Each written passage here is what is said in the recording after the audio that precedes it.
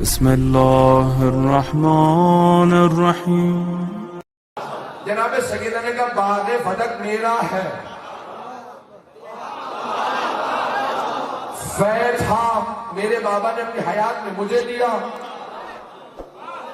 اپنی حیات میں مجھے دیا تو میرا ہے، اور میرے وہاں ہاری کام کرتے ہیں۔ مجھے نہیں پتا آپ کی زبان میں کیا کہتے ہیں، ہاری مزارے، ہاری جو وہاں کام کرنے والے، تو ہاری میرے، قبضہ ہمارا، ملازم میرے، تو کہتا ہے تیرا تو گواہ تو نہ۔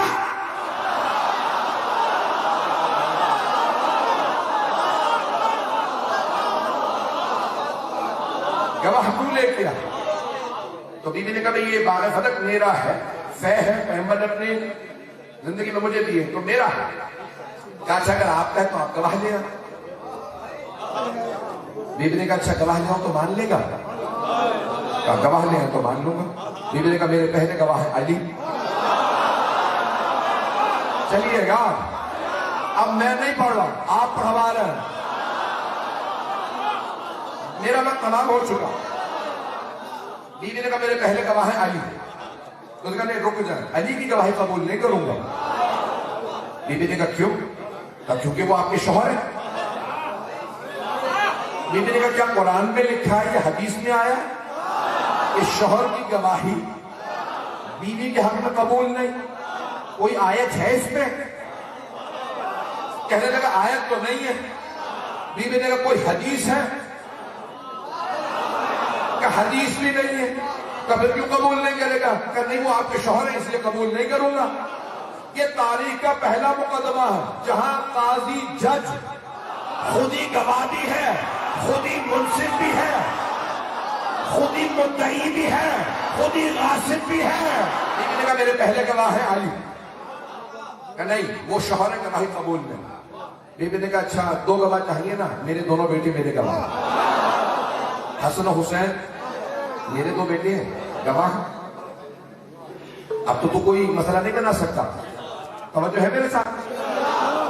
اس نے کہا نہیں ان دونوں کی گواہی قبول نہیں ہے۔ بی بی نے کہا اب کیا مسئلہ؟ کہ یہ دونوں نابالغ ہیں، یہ تو پیغمبر نے بھی کہا کہ بالغ کی گواہی قبول ہے۔ توجہ توجہ۔ تو مد مقابل نے جناب سیدہ سے کہا یہ تو پیغمبر نے بھی فرمایا گواہ کو بالغ ہونا چاہیے، یہ دونوں نابالغ ہیں۔ بی بی نے کہا یہ میرے بابا کی تو نے حدیث سنی ہے کہ الحسن والحسین سیدہ شباب اہل الجنہ، حسن حسین جوانان جنت کے سردار ہیں۔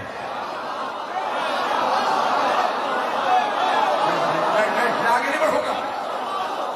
بی بی نے کہا میرے بابا کی حدیث سنیے، یہ دونوں جوانان جنت کے سردار ہیں، بنیں گے نہیں۔ پیغمبر نے یہ نہیں کہا جب بالغ ہوں گے تو ہو جائیں گے، آپ نے فرمایا تھا ہے۔ تو جب میرے بابا نے ان کے بالغ ہونے کا انتظار نہیں کیا تو کون ہے کہ بالغ ہوں گے؟ حضرت ام ایمن کنیز تھی حضرت آمنہ کی، میراث میں ملی رسول خدا کو۔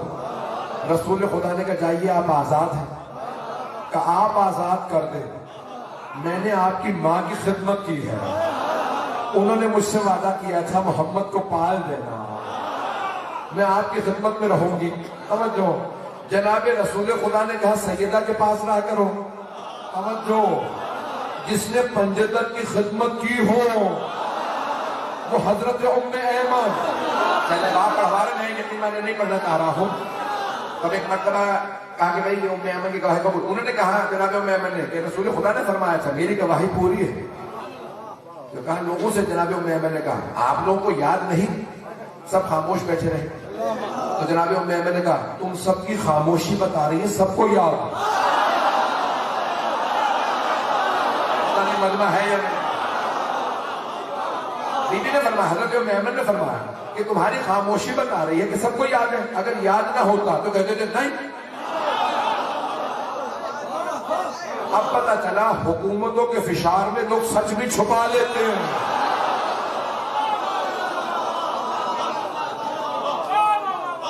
اب بیوی نے کہا کہ ٹھیک ہے، اچھا اب تم نے میری جب ساری گواہیاں رد کر، میں مقدمہ پورا کرنا چاہ رہا ہوں، بیوی نے کہا ٹھیک ہے تم نے گواہیاں رد کر دی، اچھا یہ بتا کہ تو کہتا ہے کہ باغ فتح میرا نہیں، میرے بابا نے مجھے نہیں دیا، تو نے گواہیاں مانگی، گواہیاں میں نے پیش کی، تو نے نہیں مانگی، یہ بتا میرا نہیں ہے باغ فتح کس کا؟